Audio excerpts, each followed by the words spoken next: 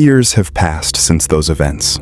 Some of them have faded from my memory, while others are burned into my mind forever. Regardless, I want to tell you a story so strange that I doubt I will ever forget it. Every summer, I was sent to my Grandma Anna's house in the countryside. But unlike most other kids, I didn't like it there at all. For one thing, I was a city boy, accustomed to urban life. Out there in the village, there was absolutely nothing to do. I didn't want to leave my friends behind, but my trips to Grandma Anna's were never up for discussion. No matter how much I begged my parents not to send me, they would only laugh. "Don't be silly," they'd say. "The fresh air will do you good. And besides, Grandma Anna misses you. You're going, and that's that." "You're going, and that's that," I would mutter under my breath. "I don't have any friends there. What am I supposed to do? This might be great for others, but for me, it's just sitting around and waiting for summer to end." But the truth was, the real reason I hated the village was entirely different.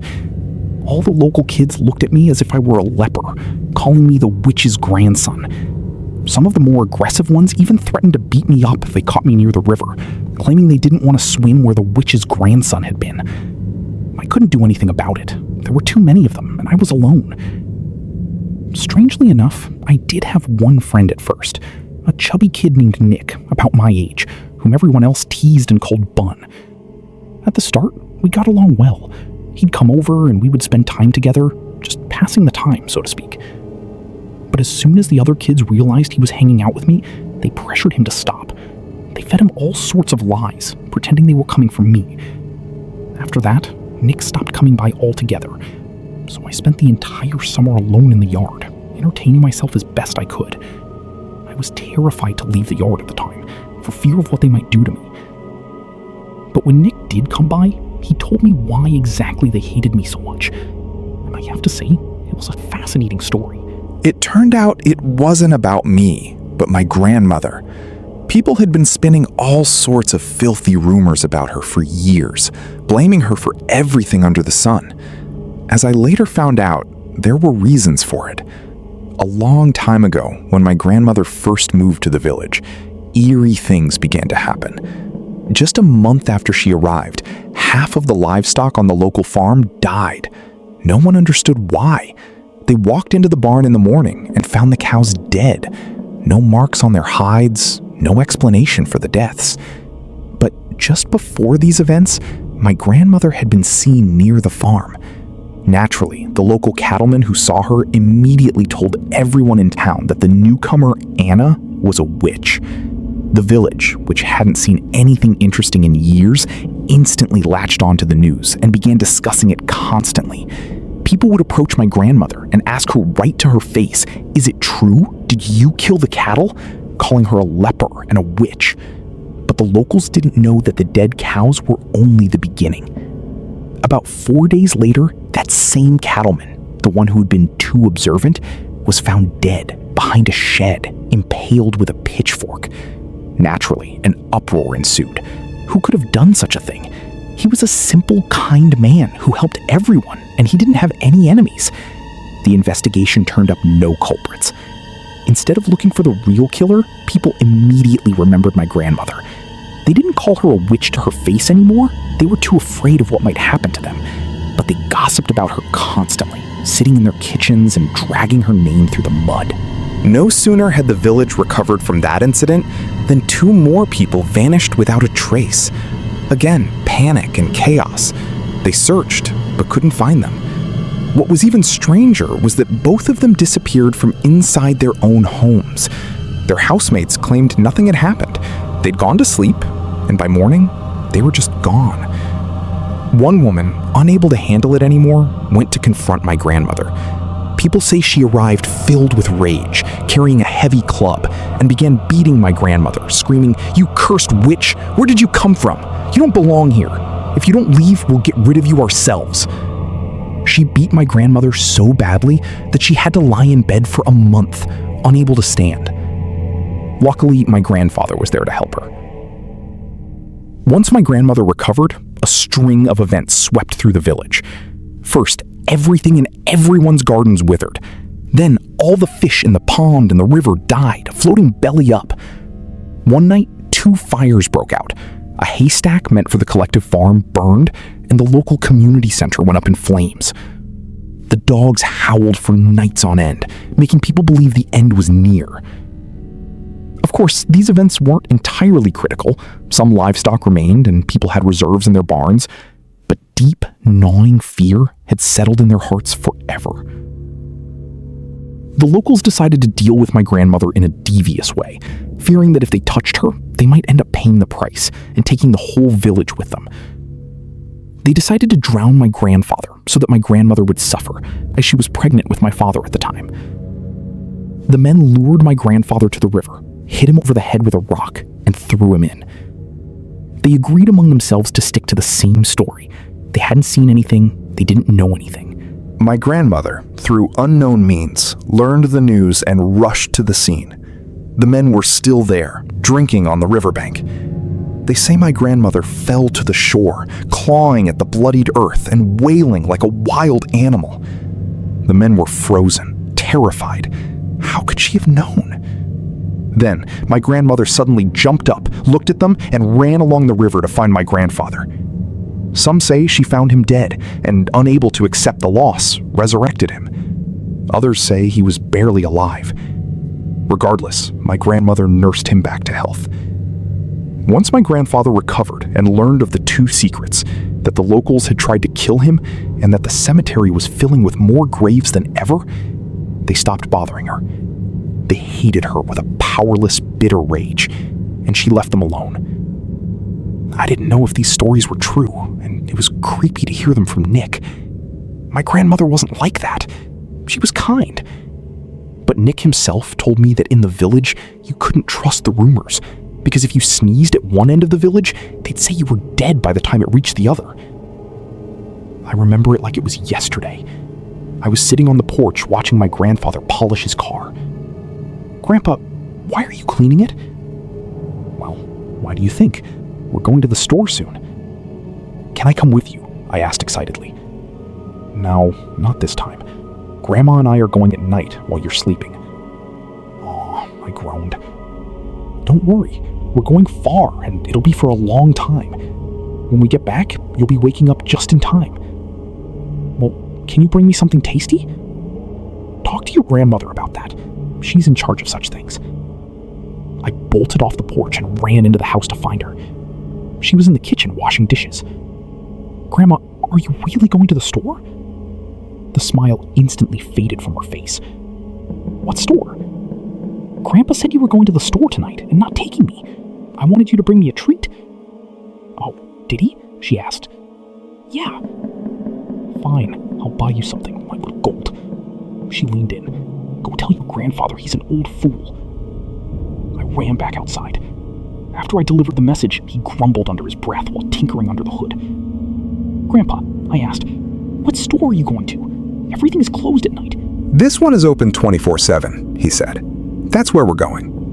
"Oh, that's a shame I can't go. I'm so bored sitting in the yard all day." "Well, go for a walk then," he said. "I don't know why you sit there wearing out the porch steps." "I don't want to," I said, with regret. I never told my grandparents how the local kids treated me. It was my secret. And besides, if Nick was right, my grandmother might stir up such trouble that I'd end up regretting it. So I just walked inside to watch TV. It was at least some kind of entertainment. I watched TV until evening. Then my grandmother came up to me and asked, "When are you going to sleep?"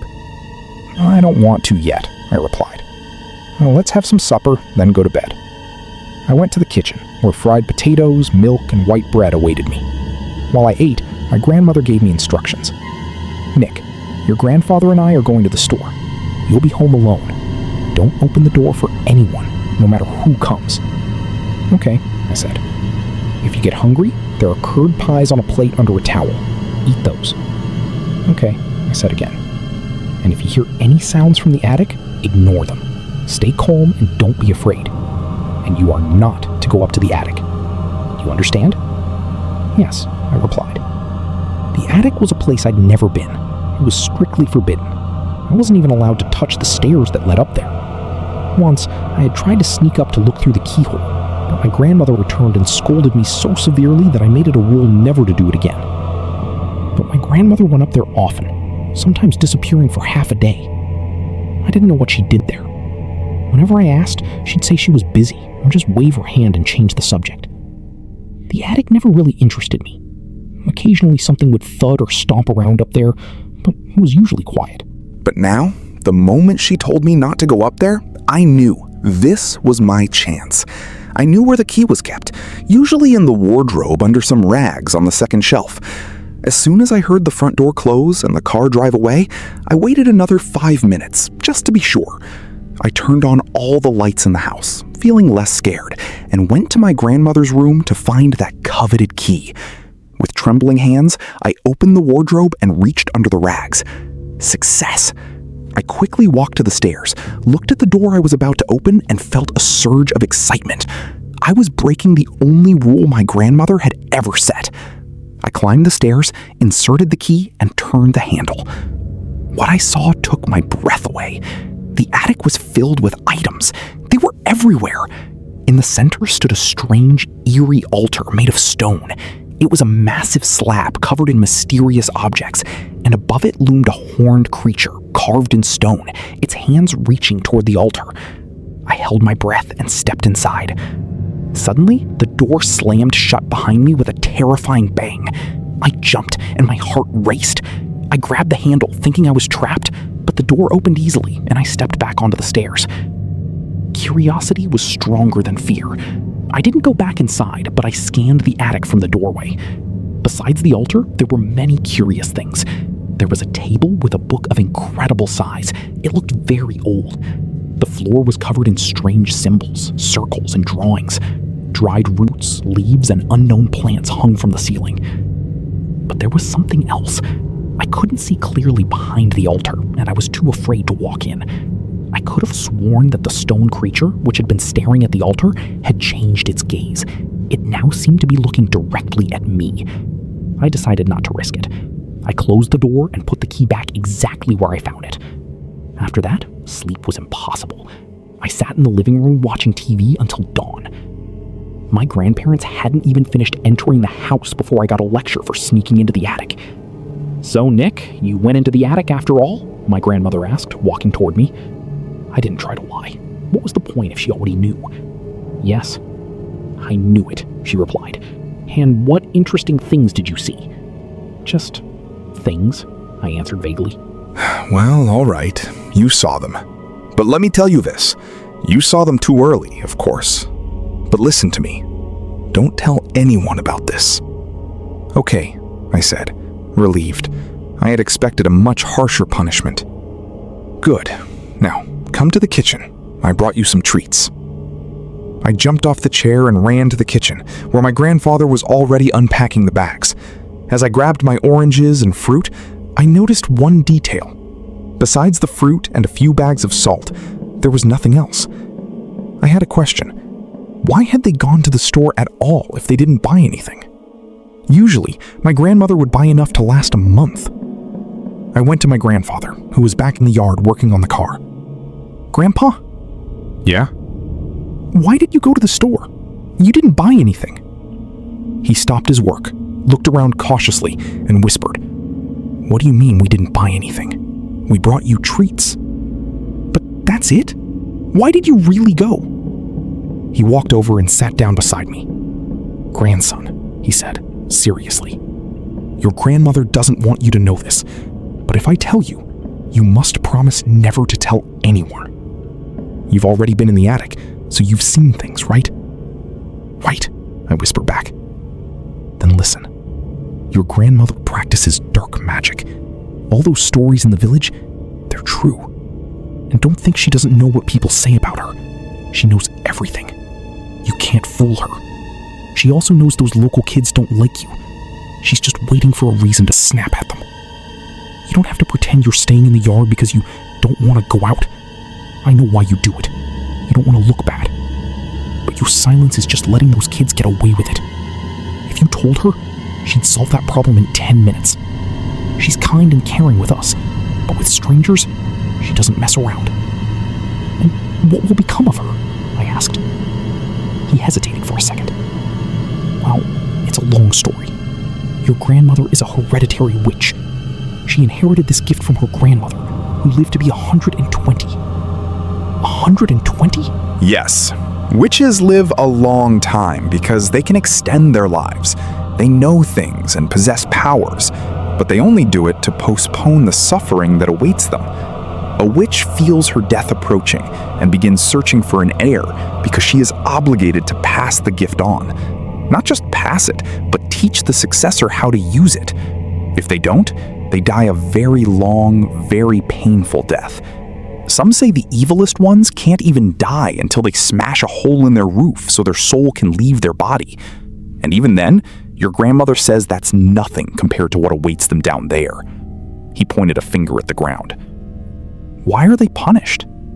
Because it's forbidden. Normal people shouldn't possess such knowledge. And if you do, after you die, you have to pay the bill in full. That's why many refuse to inherit it. You might have 100 years of fun here, but you'll pay for it for eternity down there. Your grandmother is very strong. She's been handed both power and knowledge. So grandson, if she offers you this gift, do not accept it. Run from it. It brings nothing but misery. I didn't know what to say, so I repeated my question about the store. Grandpa winced. The store we went to? It's not an ordinary one. I've never been inside, but your grandmother has described it to me. It's not meant for me, and frankly, I don't want to go. It has no windows, and it's impossible to find unless you know where and when to look. It only appears at crossroads of old roads where terrible things have happened. It appears for one night, and all the dark spirits go there to shop. They have everything: ancient relics, rare herbs that don't even grow anymore, skulls, teeth, all sorts of things. But there's one difference. They don't pay with money. They pay with human souls. And as your grandmother says, not all souls are equal. Some aren't worth a bunch of parsley, while others are so valuable you could buy half the store.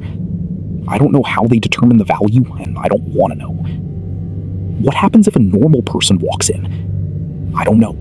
But remember, no matter how much you love your grandmother, do not accept her gift or her curse. It might sound like everything will be great and you'll have everything you ever dreamed of, but it will bring you so much trouble that you'll regret it forever. How does she pass it on? It depends. If a witch just wants to get rid of it, she just touches you and says the words. But if it's family, it's a long, tedious process. She'll invite you up to that altar, perform some rituals, and you'll inherit the gift, along with her demons and her knowledge. She'll teach you how to use it, how to cast spells, which, honestly, is just about saying the right words. Once you have the power, your words will have weight. She'll even take you to a coven to introduce you. Then, once she's taught you everything, she'll drop dead. That's it. He looked at me intently. But do not agree under any circumstances. She told me how much time she has left. You can come here for another 4 years, but after that, don't you ever step foot in this house again. And if she sends you gifts, don't touch them.